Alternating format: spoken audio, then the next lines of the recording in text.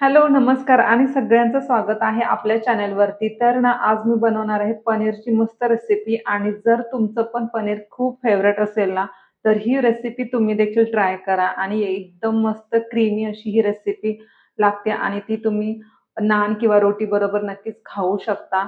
तर आपण पनीर तर नेहमी रेग्युलर बनवतच असतो, पण ही रेसिपी तुम्ही नक्की ट्राय करा आणि मला खात्री आहे, की तुम्ही बघितल्यानंतर ही नक्की ट्राय कराल. चला तर आपण बघूया त्याच्यासाठी काय-काय साहित्य लागतं तर या रेसिपीसाठी आपल्याला लागणारं साहित्य आहे इथे बघा मी घेतले आलं लसूण पेस्ट, कोथिंबीर आणि थोड्याशा मिरच्या घेतलेल्या आहे. 1 टोमॅटो घेतलेले 2 टोमॅटो घेतलेले आहेत. जे की चॉपिंगसाठी एक लागेल आपल्याला चॉप करून टाकण्यासाठी आणि प्युरी करण्यासाठी. 3 कांदे घेतलेले आहेत मी जे की 2 फ्राय करण्यासाठी लागेल आणि 1 चॉपिंग करून आपल्याला त्याच्यामध्ये भाजण्यासाठी लागेल. इथे घेतलेलं आहे मी दही आणि पनीर घेतलेलं आहे आणि थोडेसे काजू घेतलेले आहेत पेस्ट करून टाकण्यासाठी. तर हे एवढं साहित्य लागणार आहे या रेसिपीसाठी. चला आता रेसिपी स्टार्ट करूयात. तर बघा इथे मी सगळं साहित्य पण तुम्हाला दाखवलेलं आहे आणि हे जेवढं साहित्य लागतं तेवढं व्यवस्थित मांडलेलं आहे म्हणजे तुम्हाला देखील प्रॉब्लेम होणार नाहीये हे करताना आणि हे बघा आता मी इथे घेतलेले आहे हे पनीर आणि पनीरचे असे मोठे-मोठे पीस करायचे आहेत जे आपल्याला फ्राय करण्यासाठी बरे पडतील म्हणून आणि याच्यामध्ये थोडंसं तेलामध्ये टाकून ना फ्राय करायला लागतात त्याच्यासाठी हे मोठे पीस आणि आता हे मोठे जे पीस आहेत त्यांना तिखट, मीठ आणि हळद थोडंसं लावून आपण मॅरिनेट करणार आहोत. म्हणजे पनीर जे असं त्याला काहीच चव नसते, तर थोडीशी याला सॉल्टी अशी चव लागेल याच्यासाठी.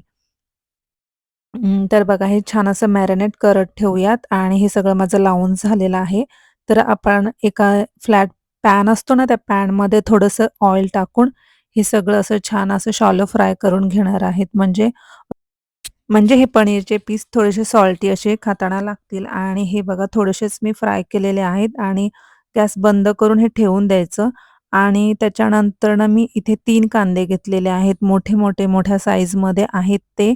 तर हे देखील उभे चिरून घ्यायचे आणि तुम्हाला जर कांदा जास्त कट करायला जमत नसेल, तर चॉपरचा यूज करू शकता. मी इथे चॉपरचाच यूज केला असं आहे मोठे-मोठे कट करून. कारण ग्रेव्हीसाठी छोटा एकदम बारीक कांदा चॉपरचा जो यूज करतो आपण तो बरा पडतो. तर त्याच्यासाठी मी बघा हे ते मोठे-मोठे कांदे कट करून घेते आणि नंतर मग चॉपरमधून काढून घेईन.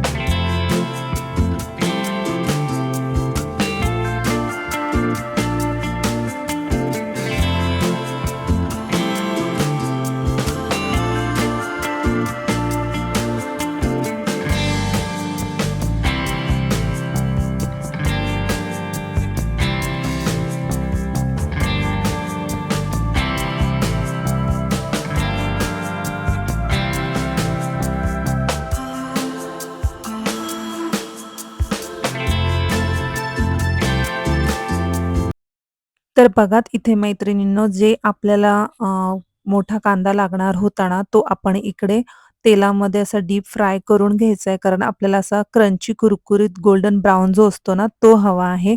तर मी इथे हा छान असा भाजून तळून घेऊया आणि मग याचे आपल्याला पेस्ट करायची आहे. तर बघा हा मी असा तळून घेतलेला आहे आणि पेस्टसाठी याच्यामध्ये मी ॲड करतीये जवळ-जवळ 7 ते 8 मोठे-मोठे जे काजू असतात ते.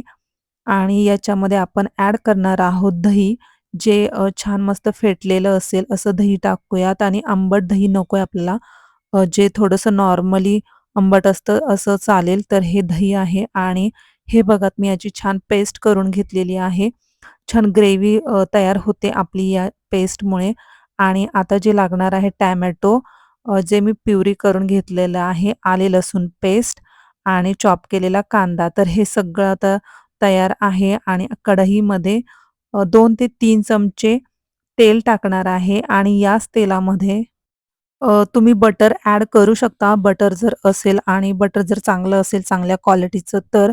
पण माझ्याकडे तूप आहे आणि तूप हेल्थसाठी खूप छान आहे. त्यामुळे मी इथे 2 मोठे चमचे तूप वापरलेला आहे आणि जो अगोदर आपण कांदा चॉप करून ठेवला होता, तो कांदा मी याच्यात ॲड केलेला आहे. आणि बघताय तुम्ही याच्यामध्ये थोडेसे खडे मसाले पण टाकायचे आहेत.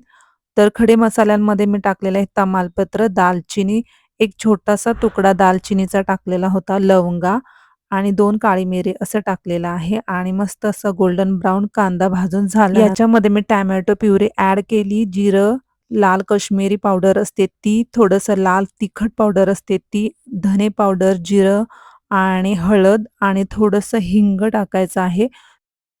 तर बघा हे सगळं असं छान मस्त भाजून घ्यायचं आहे आणि त्याचा कच्चापण निघून जाण्यासाठी इतपत भाजायचं आहे आणि नंतरनं त्याच्यामध्ये टाकायची आहे जी आपण पेस्ट केली होती ती पेस्ट आणि पेस्ट टाकल्यानंतर देखील हे थोडा वेळच भाजून घ्यायचं आहे. कारण याच्यामध्ये आपण काजू टाकलेत त्यामुळे खाली चिटकतं, त्यामुळे थोडंसं हलवत राहायचं आहे आणि हे बघा किती छान कलर आला आहे.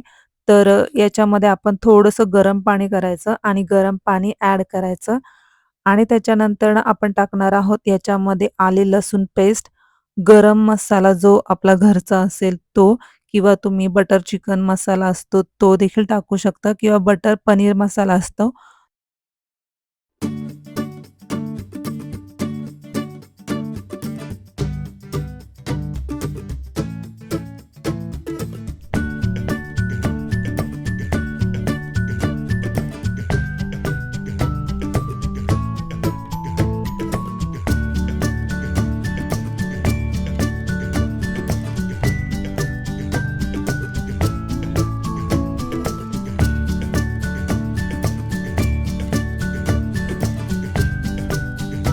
तर हे बघा आपण थोडंसं पाणी ॲड केलं होतं ग्रेव्हीमध्ये आणि त्याच्यानंतरनं जे आपण फ्राय केलेले पनीर होतं, ते पनीर आपण याच्यात ॲड केलेलं आहे. तर आता यात क्वांटिटीनुसार तुम्हाला जेवढं हवं तेवढं तुम्ही पाणी टाकू शकता, ते पण गरम. आणि याच्यानंतर आपण चॉप केलेल्या हिरव्या मिरच्या होत्या, त्या थोड्याशा 2च हिरव्या मिरच्या त्या मी याच्यावरती फ्लेवरसाठी टाकते आणि जी कोथिंबीर होती ती कोथिंबीर देखील तुम्ही इथे वरून टाकू शकता. वाटणात कोथिंबीर आपण नव्हती टाकलेली, त्यामुळे इथे वरती कोथिंबीर ही टाकलेली आहे आणि तुमच्याकडे जर चिली ऑइल असेल तर ते देखील तुम्ही इथे टाकू शकता. तर मी इथे ते टाकलेलं आहे थोडंसं आणि फ्रेश क्रीम. तर फ्रेश क्रीम पण तुम्ही इथे टाकू शकता किंवा तुम्हाला आवडत नसेल तर तुम्ही ती स्किप करू शकता. तर इथे बघा खूप छान असं मस्त डिलिशियस आपलं पनीर कोरमा रेसिपी तयार झालेली आहे आणि कशी वाटते तुम्ही कमेंट मला नक्की सांगा. तर हे बघा आता मस्त असं झालेलं आहे आपलं आणि ग्रेव्ही पण बघा किती छान घट्ट झालेली आहे. तर ही रेसिपी कशी वाटली मला कमेंटमध्ये तर नक्की सांगाच. पण ही तुम्ही बटर नान, गार्लिक नान किंवा जी तंदुरी रोटी असते त्यासोबत खाऊ शकता किंवा चपाती बरोबर पण खाऊ शकता. तर इथे मी ना लच्छा पराठा असतो पंजाबी स्टाईल, तर मी इथे तो केलेला आहे आणि हा लच्छा पराठा पण ईझी आहे. तर याच्यासोबत देखील ही जी रेसिपी बनवलेली आहे, जी डिश बनवलेली आहे पनीरची, ती पण खूप छान लागते आणि तुम्हाला जर हे लच्छा पराठा देखील बघायचा असेल तर मला कमेंट करून सांगा.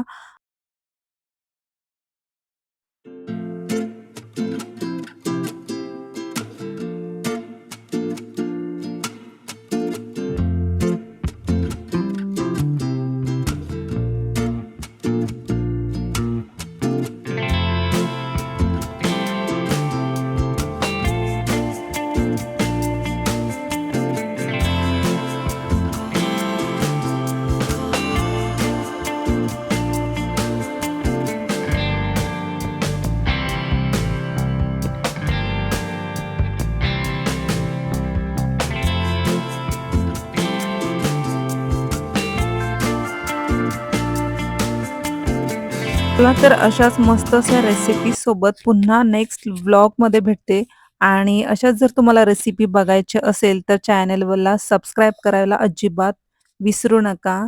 चला तर मग बाय बाय.